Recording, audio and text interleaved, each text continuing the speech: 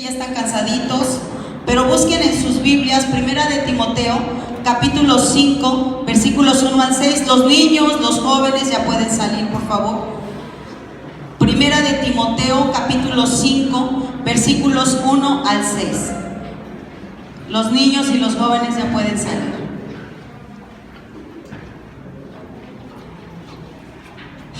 Yo sé que siempre lo digo, ¿verdad? Pero no saben cómo me agrada este asunto. Cada que uno se pone a preparar un tema y Dios habla a tu corazón y dices, ay Señor, por favor. Pero bueno, vamos a ver, ¿ya la tienen? Primera de Timoteo, capítulo 5, versículos 1 al 6. Yo leo uno y ustedes el siguiente y nos unimos todos en el 6. Dice la palabra del Señor: no reprendas al anciano, sino exhórtale como a padre, a los más jóvenes como a hermanos, a las ancianas como a madres, a las jovencitas como a hermanas, con toda pureza. Honra a las viudas que en verdad lo son. Pero si alguna viuda tiene hijos o nietos, aprendan estos primero a ser piadosos para con su propia familia y a recompensar a sus padres, porque esto es lo bueno y agradable delante de Dios. Mas la que en verdad es viuda y ha quedado sola, espera en Dios y es diligente en súplicas y oraciones noche y día, pero la que se entrega a los placeres viviendo está muerta. Perdón, me pongo bien nerviosa y por eso hago esto, discúlpenme. Dije uno y uno y me arranqué leyendo todo. Vamos a leer el siguiente.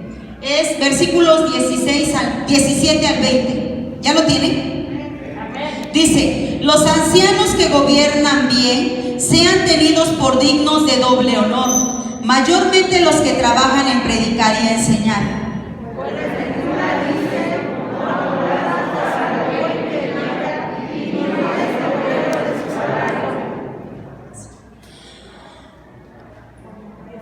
Dice: contra un anciano no admitas acusación, sino con 2 o 3 testigos. Y todos juntos: a los que persisten en pecar, repréndenlos delante de todos, para que los demás también teman. Ahora sí pueden sentarse, ya oramos.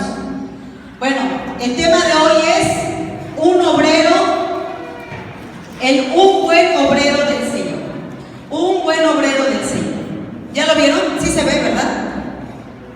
Ok, un buen obrero del Señor. El texto, perdón por las letras, creo que no se ve bien. Que guarden el mandamiento sin mácula ni reprensión hasta la aparición de nuestro Señor Jesucristo. ¿Lo repiten conmigo? Que guarden el mandamiento sin mácula ni reprensión hasta la aparición de nuestro Señor Jesucristo. Primera de Timoteo, capítulo 6, versículo 10. Una vez más. Que guarden el mandamiento sin mácula ni reprensión hasta la aparición de nuestro Señor Jesucristo. Primera de Timoteo, capítulo 6, versículo 14. Muy bien. Bueno, vamos a hablar hoy de un buen obrero.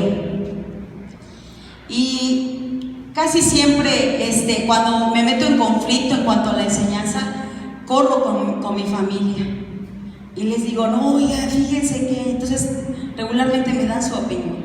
Pero hoy vamos a hacer algo. En la introducción vamos a hablar de esto. Dice: el ambiente de armonía y bienestar que debe tener una iglesia está vinculado en gran medida a las relaciones de cooperación y respeto que practican entre sí y de parte de sus líderes. Hoy vamos a hablar, de hecho, esta carta dice aquí que está impregnada de un amor sincero, pero sobre todo de una ética cristiana. Cuando nosotros hablamos las cartas a Timoteo, son cartas pastorales, pero hablando de ética. Cuando nosotros hablamos de ética, hablamos de actitudes, de acciones, de cómo actuar. Sin embargo, la palabra del Señor nos enseña principios universales, ¿ok? No matarás, no robarás, no cometerás adulterio, honra a tu padre y a tu madre. Hay principios universales, ¿cierto? Pero también la palabra de Dios nos enseña en estos pasajes cómo debemos actuar en cuanto a la disciplina dentro de la iglesia. ¿Para qué? Para que haya un ambiente de cooperación y armonía. Y Pablo utiliza a la familia como ejemplo. Pero bueno, vamos a seguir. Dice, la cortesía cristiana debe estar impregnada de un amor sincero y de una genuina estimación de los demás. Nadie puede decir, ay, no. Si te digo esto es porque yo te hablo con la verdad, sin antes tener en consideración o tener empatía con la persona a la que le estamos hablando. Hay ocasiones que es mejor guardar silencio a decir nuestra verdad, porque lastimamos, porque herimos. La cortesía cristiana debe estar impregnada de un amor sincero y de una genuina estimación hacia los demás. Pablo habla en los Filipenses capítulo 2 versículo 3 y dice que consideremos a los demás como superiores a nosotros mismos. ¿Cómo debemos considerar a los demás? Como superiores a nosotros mismos. Penosamente, dentro de la iglesia, habemos gente que porque venimos a la iglesia, que porque tenemos un cargo, nos creemos superiores a los demás. Y a veces no tenemos ni en consideración porque esa persona no viene. Y cuando la llegamos a ver, lejos de decirle qué gusto me da verte, manito, hermanita, vaya, hasta que te apareces.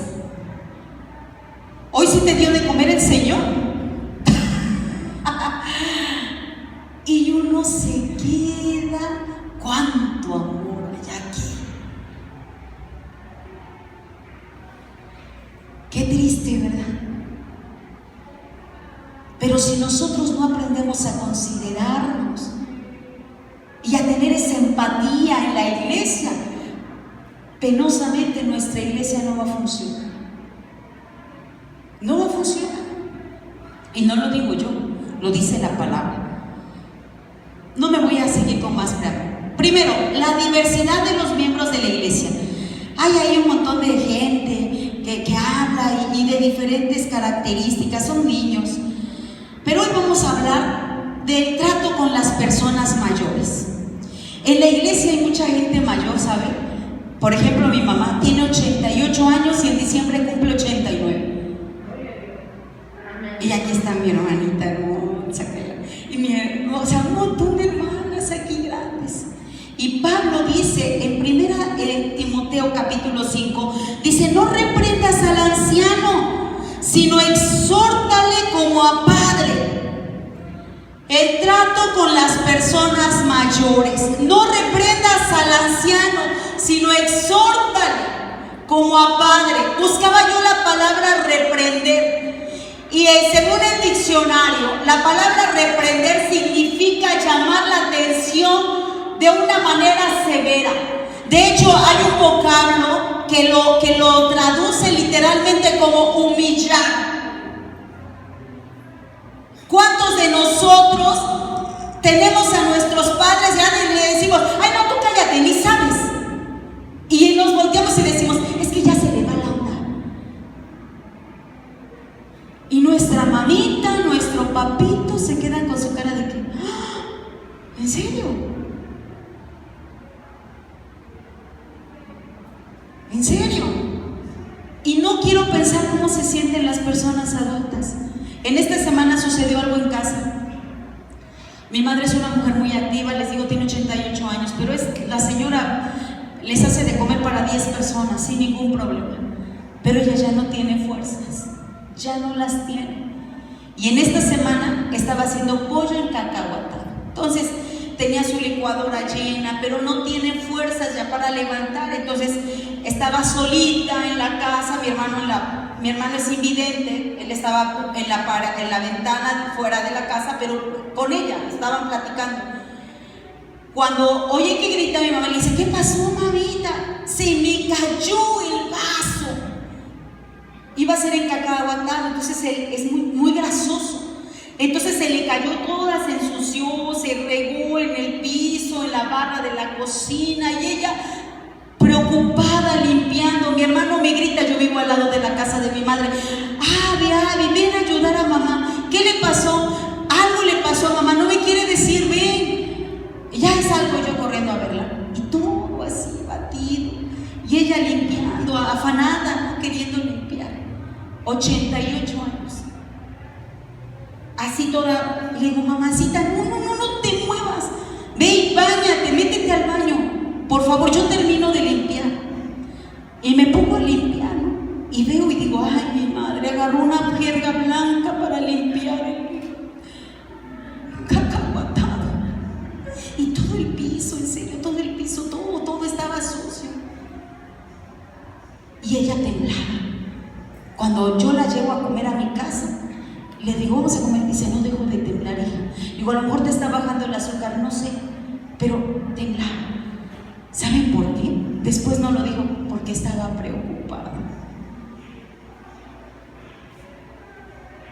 Y cualquiera hubiese llegado, a lo mejor en otros tiempos, ¡ay, no tienes cuidado! Ya llegaste, mira qué batidillo hiciste, ¿cómo crees? Tú ya no estás para estas cosas.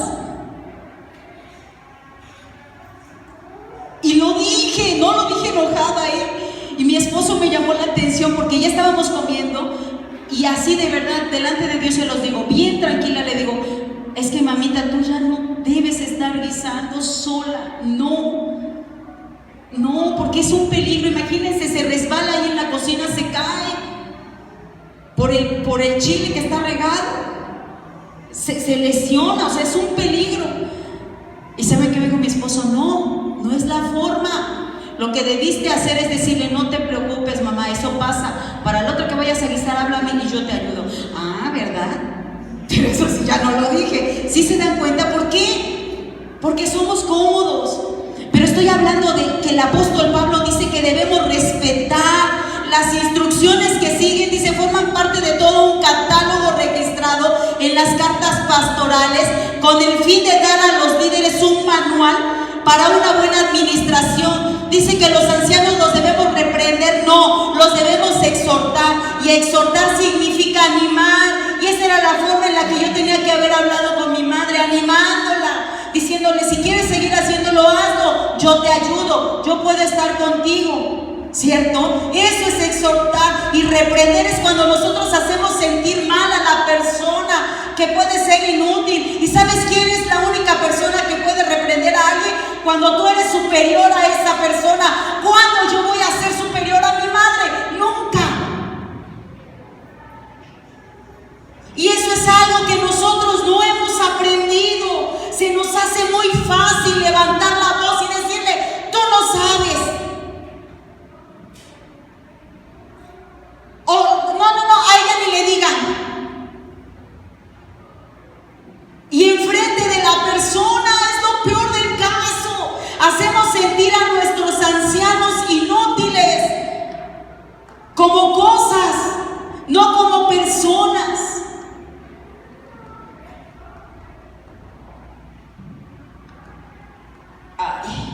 Perdonen, pero vuelvo a repetir, es lo que la palabra de Dios nos enseña. Filemón 8:9, ¿qué dice? Filemón 8:9. Filemón está, por lo cual, tengo mucha libertad en Cristo para mandarte lo que conviene. Más bien, te ruego por amor, siendo como soy, vago y ya anciano, y ahora, además, prisionero de Cristo. Dice, y por lo demás te encarezco esto, ¿verdad? Yo, que puedo considerar a los demás más grandes que aún yo mismo. No sugiere pasar por alto las faltas. Oigan, esto también es algo muy importante. A veces somos imprudentes porque no hemos aprendido a actuar de manera correcta. No se trata de pasar por alto las faltas de los ancianos. No se trata pues pasar por alto, sino amonestar, incluso dice aquí, a las personas adultas, pero sin caer en la falta de respeto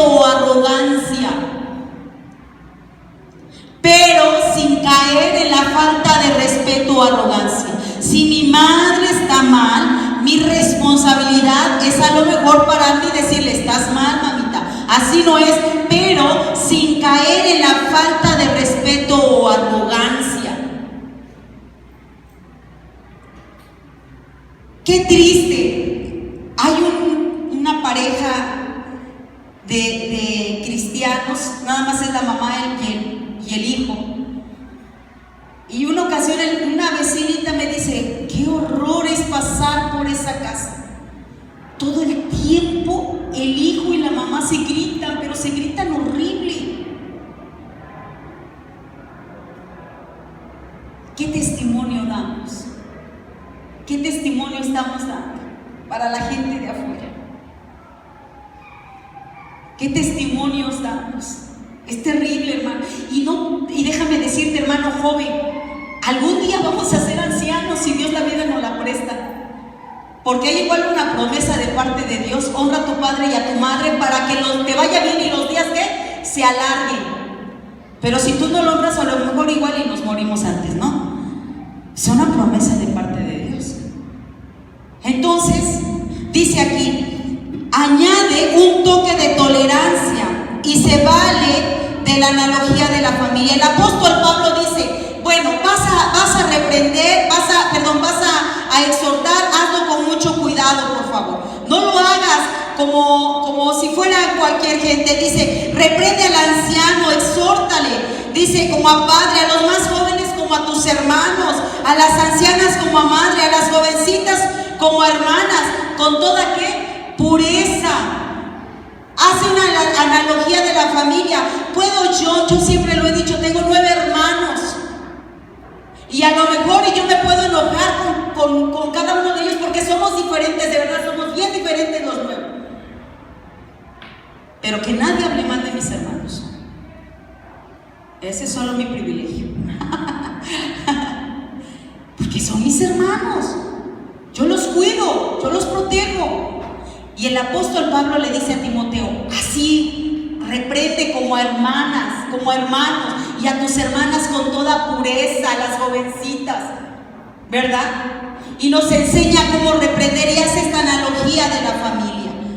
Y siguiente, atención y trato a las viudas. La importancia de atender a las viudas de la iglesia fue la causa de la creación del cuerpo de diáconos, según Hechos capítulo 6. Buscamos Hechos 6.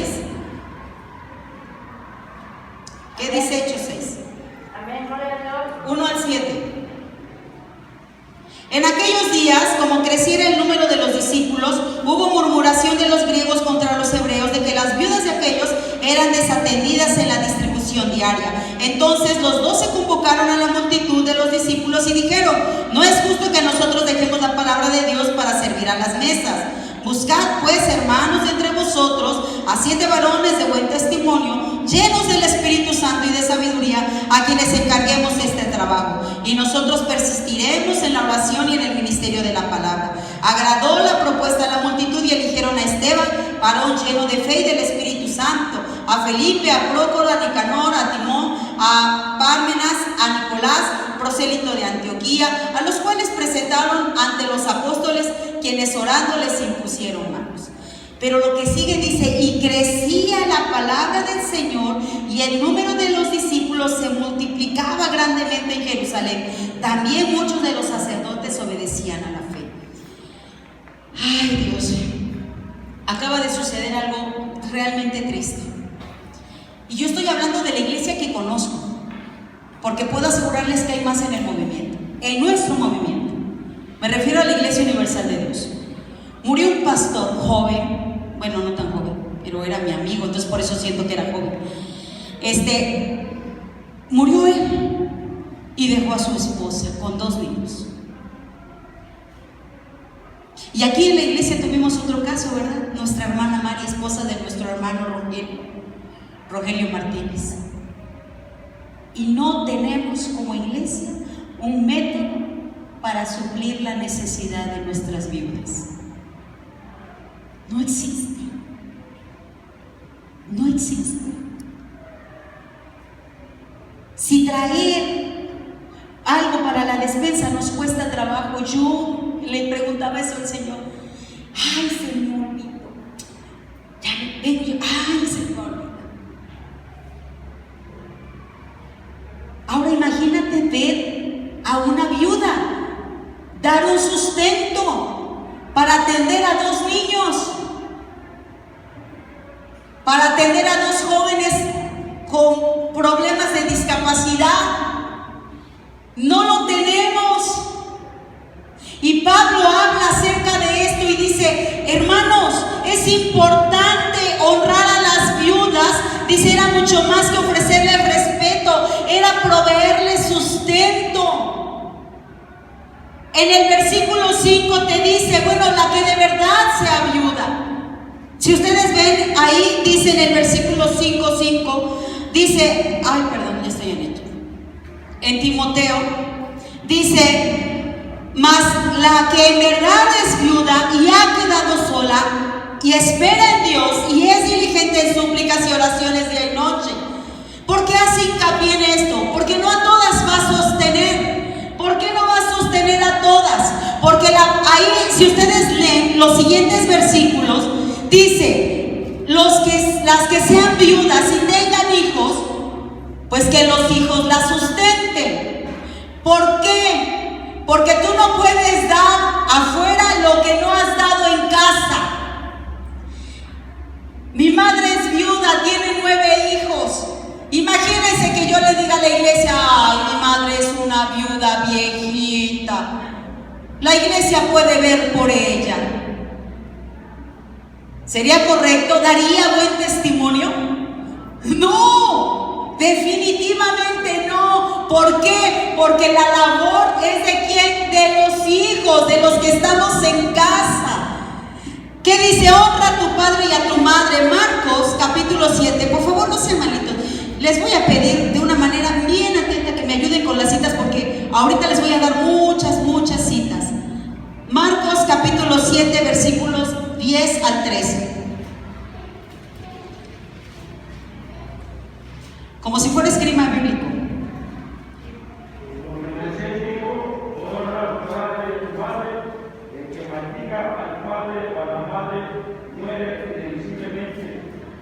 Pero vosotros decís, basta que diga un nombre al Padre o a la Madre, es Corbán, que quiere decir que ofrenda a Dios todo aquello con que pudiera ayudarte. No le dejáis hacer más por su padre o por su madre. Invalidando la palabra de Dios con vuestra tradición que habéis transmitido, y muchas cosas hacéis semejantes a estas. ¿Qué es lo que está diciendo? Reprueba. Dice, no puede ser que tú no honres a tu padre y a tu madre. Esto es para que no sea gravoso a la iglesia. Primera de Timoteo 5, 3 al 16, no lo vamos a leer, pero léanlo en casa, por favor. De verdad habla acerca de esto, de cuál es nuestra labor como hijos. Yo debo tener el especial cuidado en honrar a mi madre, en cuidar de ella. Qué importante es esto, hermanos. Y no sabes qué bendición recibes cuando tú haces esto. De verdad. No digas, ay, pero es que mi hermana fulanita trabaja y gana mucho dinero y ella le da todo. No le falta nada. ¿Y eso a ti qué? ¿No te va de la responsabilidad? Y si tu hermana le puede dar 1000 y tú le puedes dar 10, pues dale los 10 porque es tu responsabilidad. Así de simple. Debemos aprender a honrar a nuestros padres. Ay, mi Dios. Siguiente. Los diversos ministerios en la iglesia. Y es aquí donde yo me atoré. Por eso es que quise ir un poquito. Bueno, vamos a tiempo. Los diversos ministerios en la iglesia. Vamos a continuar ahora con la disciplina, pero ¿con quién creen? Bueno, digno es el obrero de su salario. Pablo argumenta en estos pasajes de Primera de Timoteo capítulo 5. Él argumenta y dice en el versículo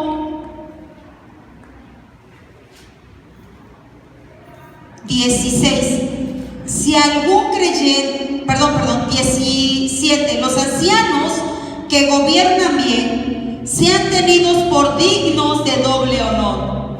Aquí ya no habla de ancianos como el anciano de edad, sino habla del anciano como el que tiene responsabilidad dentro de la iglesia. Acuérdense que las traducciones se dan de esta manera. O sea, puede utilizar la misma palabra, pero con diferentes significados. En español se le conoce como palabras homógrafas, que son palabras iguales, que se escriben igual, se pronuncian igual, pero significan totalmente diferente. Por ejemplo, la palabra café, yo la puedo utilizar como color, como la puedo utilizar como una infusión. ¿Sí me explico? Entonces, esto sucede en este pasaje. En este pasaje, la primera parte la utiliza como anciano, como una persona de edad. Y en la segunda parte habla del anciano, pero no de los ancianos de edad, sino de los que gobiernan dentro de la iglesia. ¿Ok? ¿Estamos de acuerdo? Bien. Dice entonces, los ancianos que gobiernan bien sean tenidos por dignos de doble honor, mayormente los que trabajan en predicar y enseñar. Pues la escritura dice, no pondrás bozal al buey que trilla, y digno es el obrero de su salario. Y aquí lo quise poner. Ese es un tema delicado para las iglesias. Es de la posición que los ancianos o presbíteros. La remuneración de sus obreros no siempre es prioridad en la agenda. En esta iglesia, si algo aprendimos, nuestro pastor jamás era, creo que, enemigo de hablar de estos temas. Cuando llegaba a tocar el tema del diezmo era porque sabía que era nuestra responsabilidad como cristianos y sabía que esto podía traer a nosotros maldición. Pero jamás dijo nada. Hoy me da mucha tristeza escuchar a gente que llega a decir, ay, pero si el pastor es médico, su esposa también, ¿qué pueden necesitar?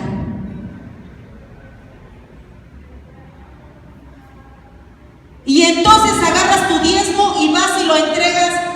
Ay, es que ese hermanito, esa hermanita no tiene, entonces va para allá.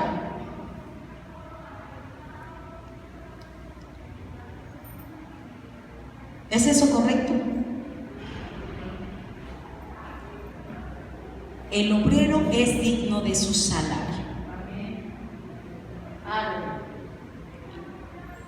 ¡Qué tremendo!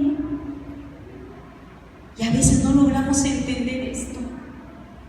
Y no es por el bien del hermano o de la hermana, porque al final de cuentas ellos, como buenos administradores, darán cuentas delante de Dios de lo que reciben. Ellos van a dar cuentas delante. No depende de ti juzgar o decir o decidir. Esto depende de Dios. Dios con el obrero. Punto. ¿Qué te toca a ti cumplir? Así de simple. Lucas capítulo 10, versículo 7.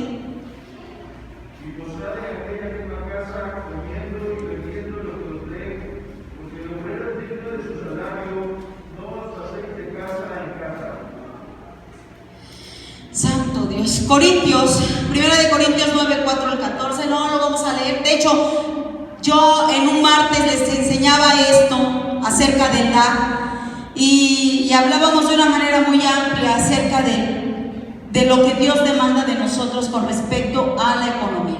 Se le llama mayordomía. Mayordomía quiere decir que yo administro lo que Dios me da. Pero en esta mayordomía yo tengo responsabilidades delante de Dios para con mi pastor o quien me preside, perdón. ¿Ok?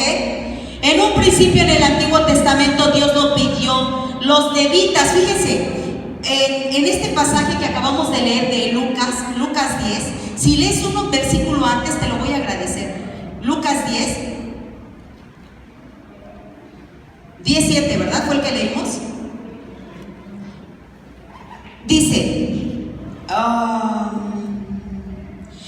en cualquier cosa donde entréis, primeramente decid pase a esta casa, y si hubiere allí algún hijo de paz, vuestra paz reposará sobre él, y si no, se volverá a vosotros, y posad en aquella misma casa, comiendo y bebiendo lo que os den, porque el obrero es digno de su salario. no paséis de casa en casa. ¿Esto qué quiere decir? Exhorta al obrero, ¿verdad? O sea, a ver, tú tienes un privilegio, pero tienes una responsabilidad, ¿cierto? Tienes un privilegio, pero para esto adquieres una responsabilidad. Deuteronomio 14, 22 al 29, dice la palabra de Dios, le habla a los levitas y les dice: ustedes levitas tienen que ser sostenidos porque se van a dedicar al ministerio de la palabra. Algunos de ustedes, sobre todo mamitas, ¿hay alguna mamá que trabaje? ¿Una mamita que trabaje? Levante su mano, por favor. Quiero comentar algo. Una mamá que trabaje. Hermana, usted trabaja y es ama de casa. ¿Qué tal se le hace de fácil? Ya, en serio. No se le hace fácil. Zuli, ahí está mi niña. ¿Se te hace fácil trabajar y ser ama de casa? Pero sí es bien fácil, ¿no? Llegas y ay, bien contenta. Ay, ya llegué de trabajar. Vamos a lavar, a tender camas, a hacer la comida. ¿Cómo llegamos? Yo recuerdo cuando trabajaba, llegábamos casi, mi esposo llegaba antes, yo llegaba después, y llegaba y me decía: ¿qué vamos a cenar? Ay, yo casi lo ahorcaba.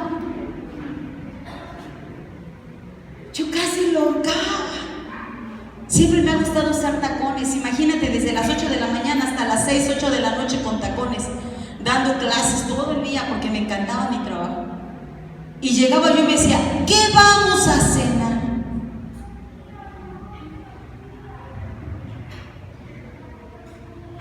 No era fácil. Hermanas, admiro a nuestro pastor. Yo sé que más de uno de ustedes sabe que él visita, trabaja, da la enseñanza. Que alguien se enfermó, hay que ir al hospital. Que alguien está no sé qué, hay que ir a su casa. Que ya lo estamos esperando. Yo recuerdo los martes o los jueves antes de la pandemia, más de 5 ya estábamos haciendo cola para hablar con él. El pobre no sé a qué hora se iba de aquí. ¿Sí me explico? Y trabaja.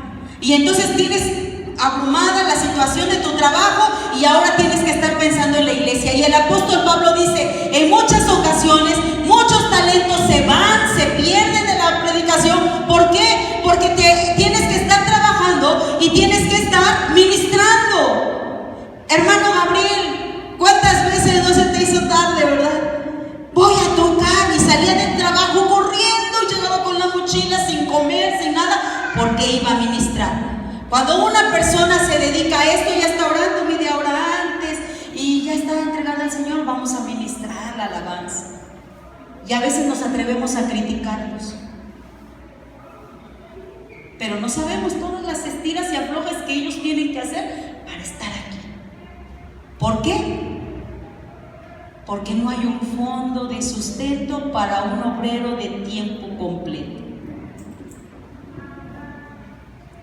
¡Sas!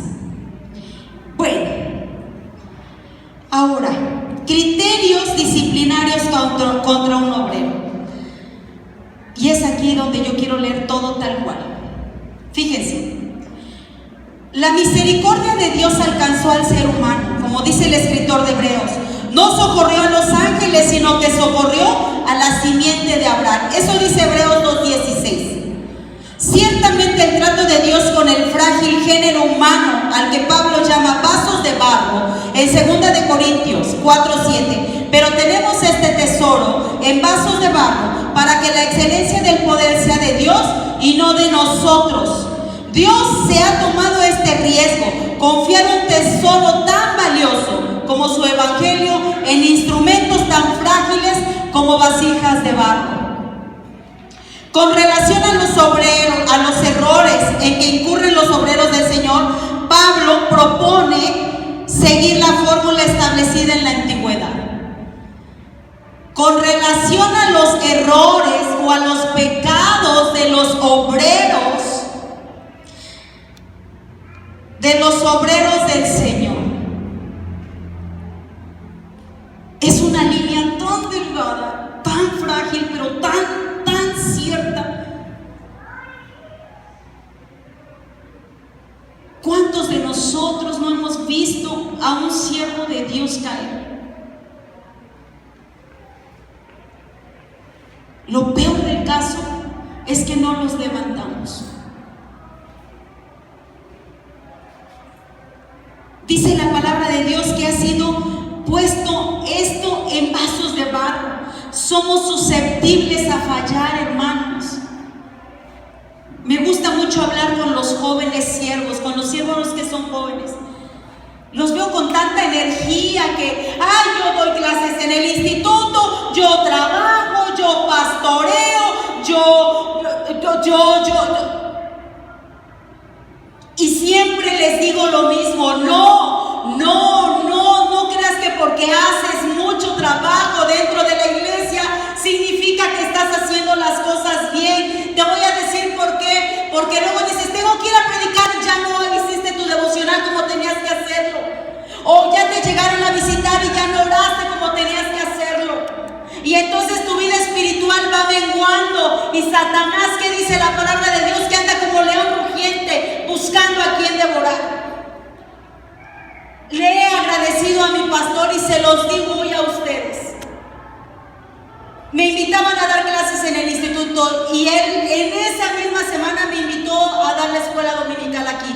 Y le digo: mira, me invitaron a dar clases y me dijo: ¿sabes qué, Elvia? Yo te estimo mucho, pero tú decides, ¿trabajas allá o trabajas acá?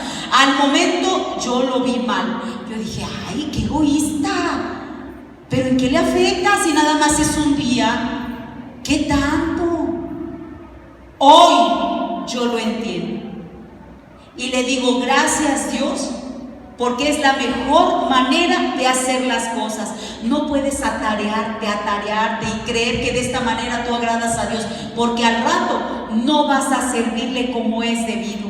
O fallas.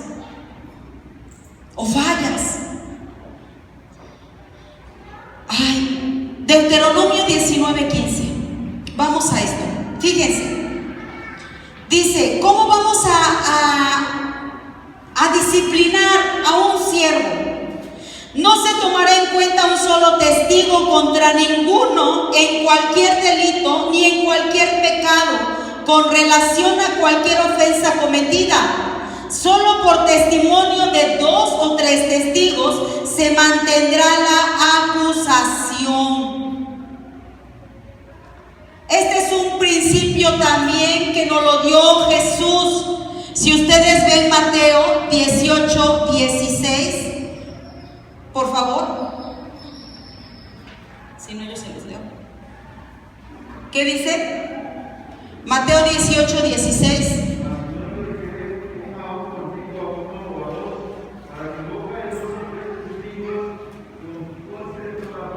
En boca de 2 o 3 testigos conste toda palabra. ¿Y qué dice Segunda de Corintios 13:1? Segunda de Corintios 13:1.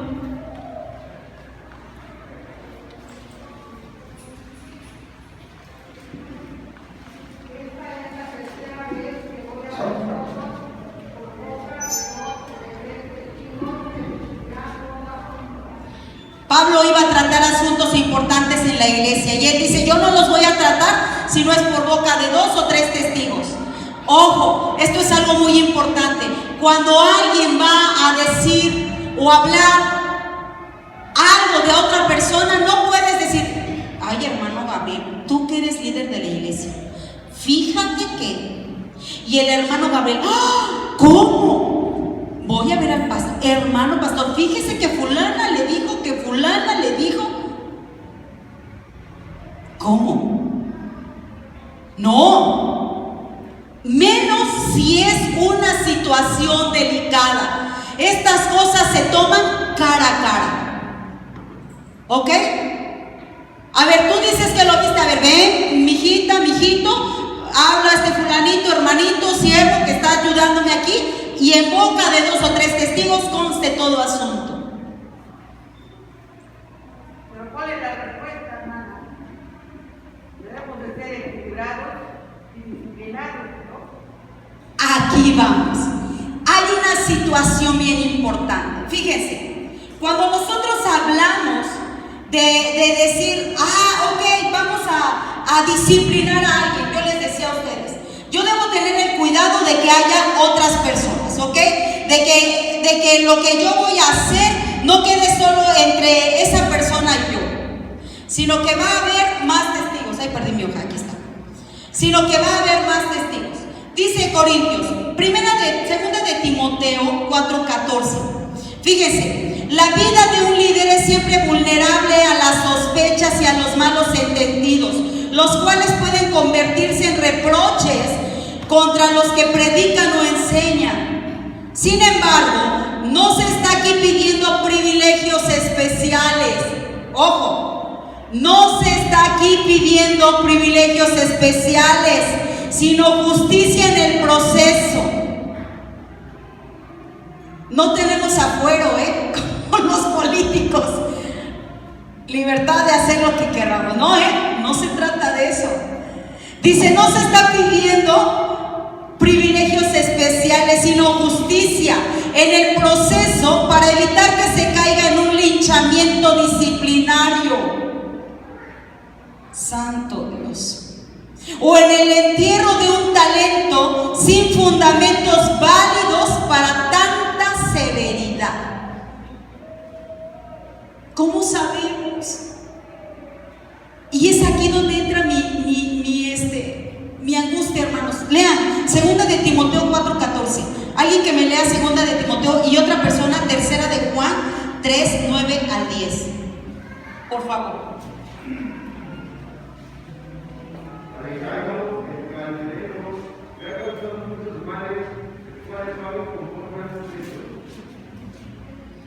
Pablo habla de alguien que ha hecho mal. Y si tú lees el versículo después, por favor, el siguiente.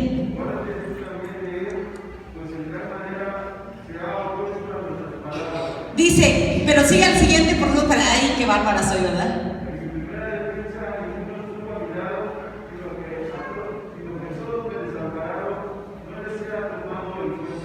¿Cómo ven? Dice, guárdate de este, porque este es un canijo y puro mal me ha hecho. Y le habla a Timoteo. Estamos hablando de siervo a siervo. Pablo le habla a Timoteo y le dice, guárdate de este porque me ha hecho muchos males. Ten cuidado de él. ¿Y ahora qué dice 3 de Juan 9:10? No he escrito a la iglesia, pero Dios de juez, al cual le gusta tener el primer lugar entre ellos, no nos recibe. Por esta causa, si yo fuere, recordaré las obras que hace palabreando con palabras malignas contra nosotros, y no contento con estas cosas, no recibe a los hermanos, y a los que quieren recibirlos se los prohíbe. Este era un bárbaro. O sea, dice que le gustaba tomar el primer lugar en todo, Este era un siervo que, a ver, ¿quién sabe más que yo? Si yo tengo instituto bíblico y también hice una licenciatura en teología y ahorita estoy en la maestría. A ver, ¿quién puede saber más que yo?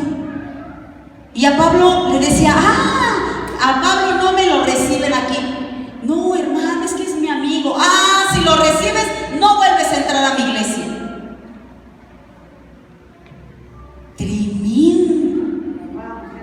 Era tremendo. La disciplina debe aplicarse de manera responsable para alcanzar resultados saludables. Según la experiencia de varias denominaciones, se considera siempre la veracidad de toda acusación, a la vez que se protege la moral de la iglesia y la del obrero, al no permitir que se lance lodo irresponsablemente contra un ministerio dedicado. Tratar con seriedad los asuntos relacionados con la gente que sirve y ministra es aplicar bien el evangelio. Lo contrario es prestarse a los deseos y caprichos carnales. La aplicación de la disciplina es positivo atender al siguiente. Si hay una acusación y no un rumor flotante, Esta no debe ser considerada si no está apoyada por 2 o 3 testigos confiables, y ella debe ser frente a frente para que tenga credibilidad. Este proceso nunca debe pasarse por alto, porque los asuntos pertinentes a la iglesia no se conviertan en tema de consumo público. Debemos recordar en todo momento que la protección que brindamos a un obrero la estamos ofreciendo a la obra y a nosotros mismos. Y yo estaba en conflicto cuando leía esto. Yo dije, Señor, ¿y entonces cómo? Y vamos a leer Primera de Juan, capítulo 5, versículos 16 y 17. Santo Dios. Primera de Juan, capítulo 5, versículos 16 y 17.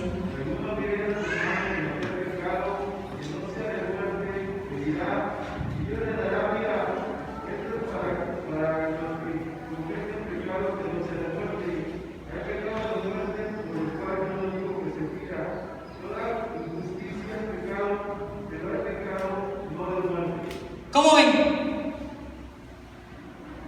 ¿Hay pecado de muerte y hay pecado?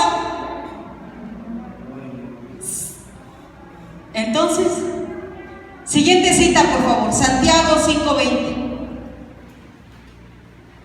Sepa que el que haga volver al pecador del error de su camino, salvará de muerte un alma y cubrirá multitud de pecados. Siguiente cita, Primera de Pedro 4:8.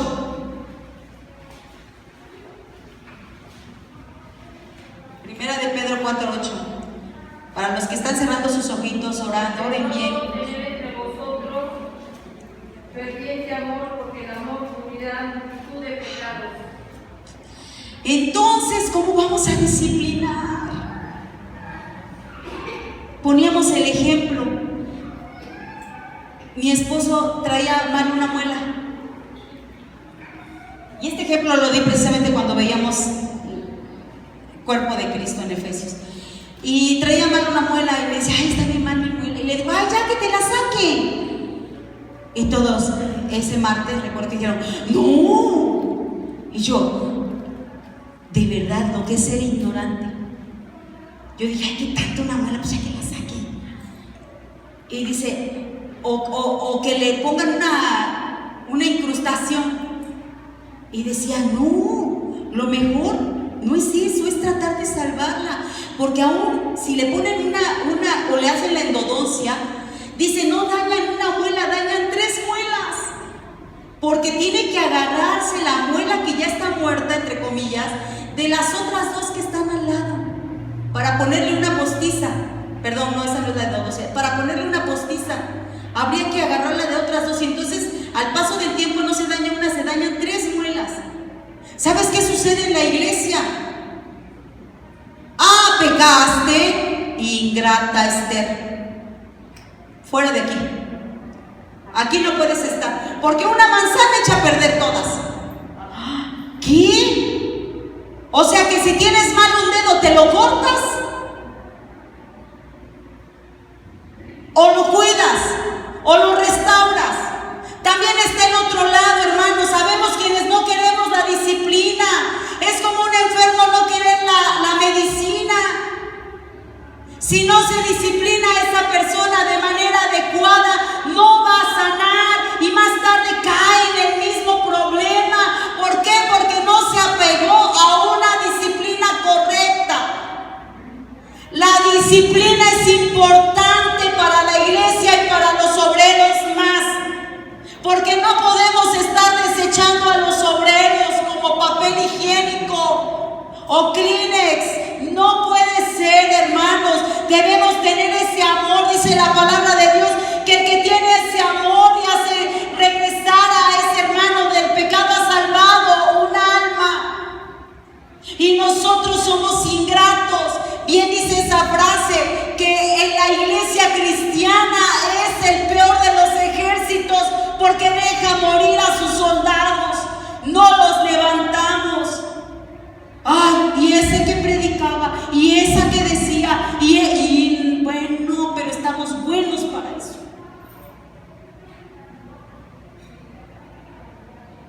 para restaurar.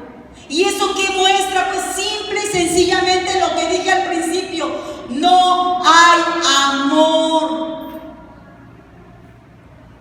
Porque si tú amas a esa persona en serio, tu corazón se quiebra y lloras y te lamentas y buscas ayudar y apoyar, lejos de señalar o juzgar.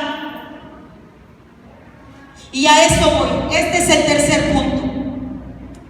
Debemos ser como imparciales. Ay, es que este pastor era mi amigo, mi gran amigo.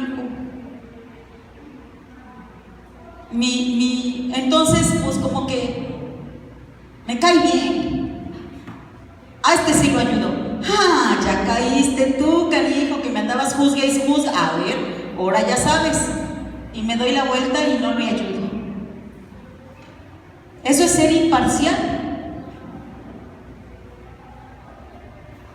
Cuando se trata de hablar de disciplina o principios bíblicos, como este método disciplinario, deliberadamente se entregan a cometer pecado, indiscriminadamente la acción es la reprensión.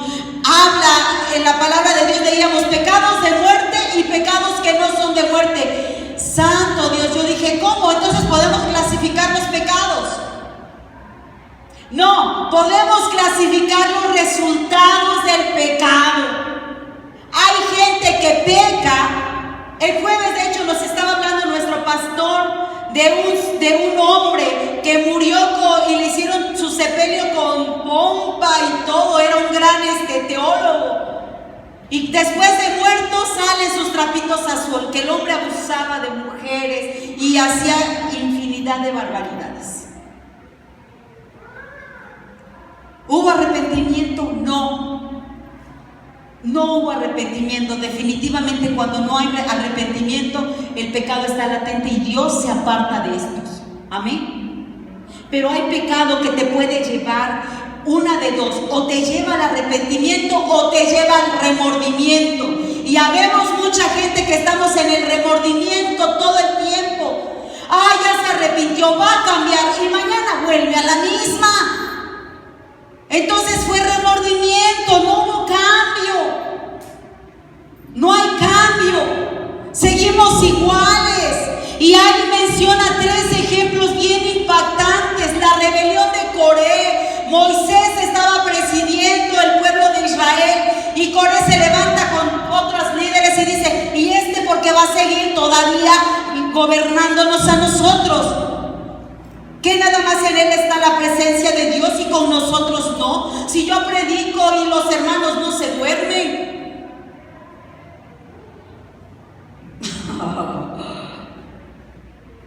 Y el otro dice: ay no, pero conmigo, pues es que contigo no es. Así estaba Coré. ¿Y qué creen que dijo el Señor?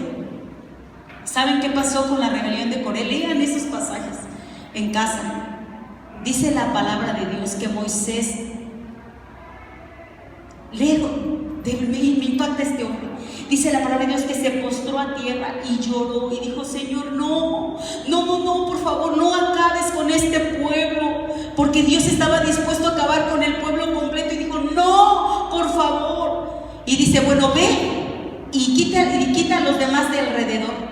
Había otras 2, quítalos y deja solo a Coré. Y dice la palabra de Dios que la tierra se abrió y estos cayeron.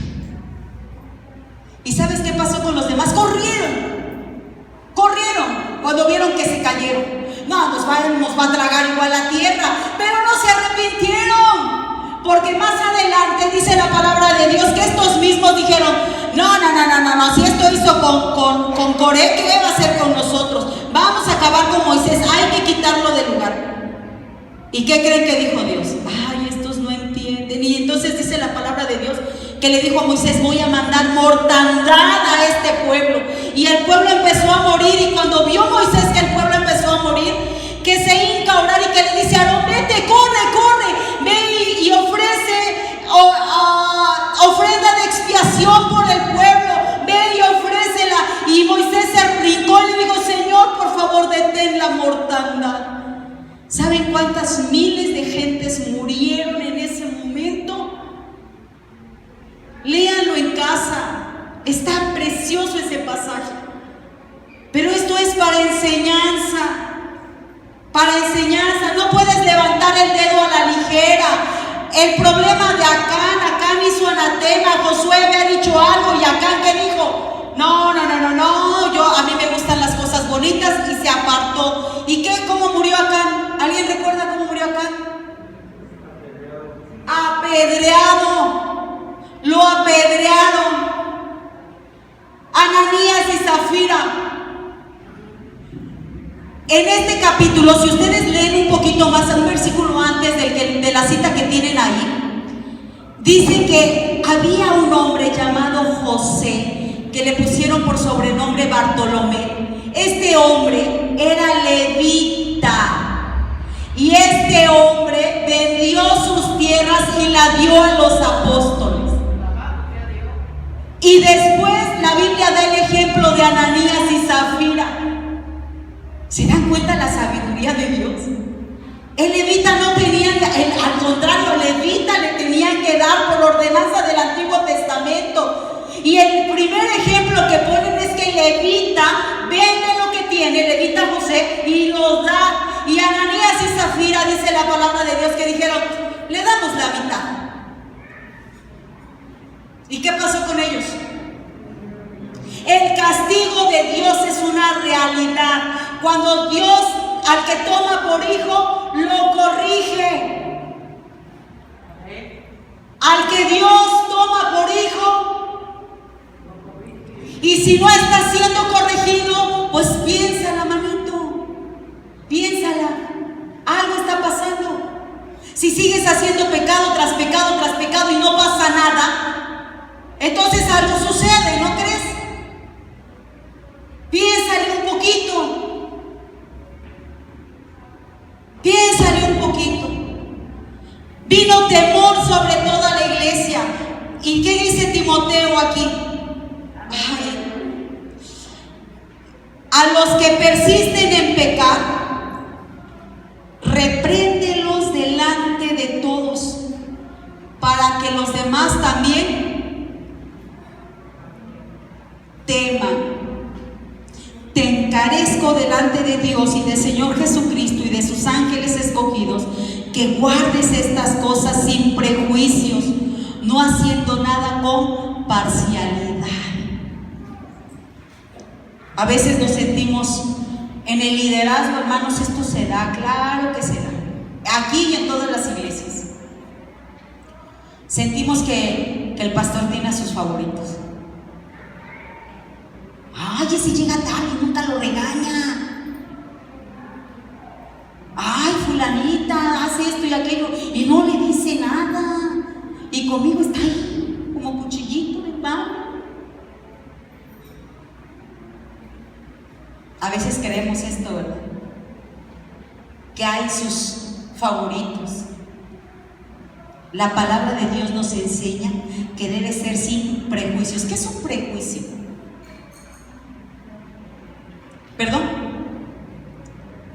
Juzgar sin conocer. Ni siquiera conocemos a la persona y le juzgamos.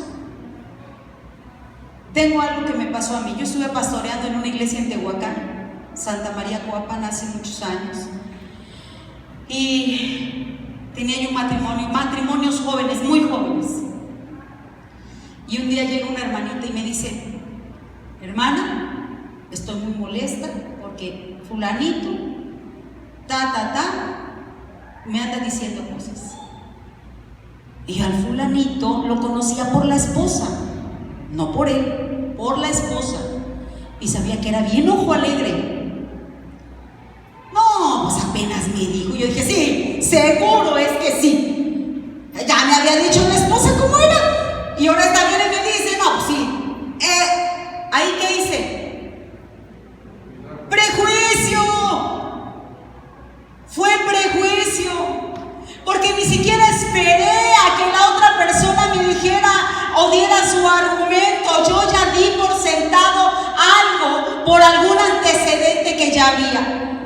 De verdad que es esto algo bien complicado, hermanos, bien difícil ser pastor. No dejen de orar por los siervos, por la gente que está aquí al frente. No dejen de orar. Es algo de lo que vamos a dar cuentas delante de Dios. Hoy lloro y le digo al Señor, perdóname por lo que yo hice en tu iglesia, porque yo traté a tu iglesia mal, porque no supe hacer las cosas por amor, porque siempre juzgué mal. Mucha gente hoy es dañada, mucha gente hoy está destruida espiritualmente por un mal juicio. Dios tenga misericordia de nosotros, hermanos. Hay gente que es madura y a lo mejor puede entender las cosas y se pueda dar un juicio. La palabra de Dios cuando dice dilo en frente de los demás para los que teman, puede ser que diga, que esté hablando de la gente que está tratando el liderazgo, o puede ser que esté hablando de toda la iglesia. Pero hay gente que es inmadura, que no logra entender. Y dice aquí que debemos cuidar la integridad de la iglesia sin tener que pasar por alto este tipo de situaciones. Es una responsabilidad muy, muy grande, porque al final el príncipe de los pastores va a venir y va a decirnos, a ver qué hay de ti. Yo te invito a que te pongas de pie. Aleluya. Gloria a Dios. Amén, amén. Yo te invito a que te pongas de pie. El Señor sea con nosotros.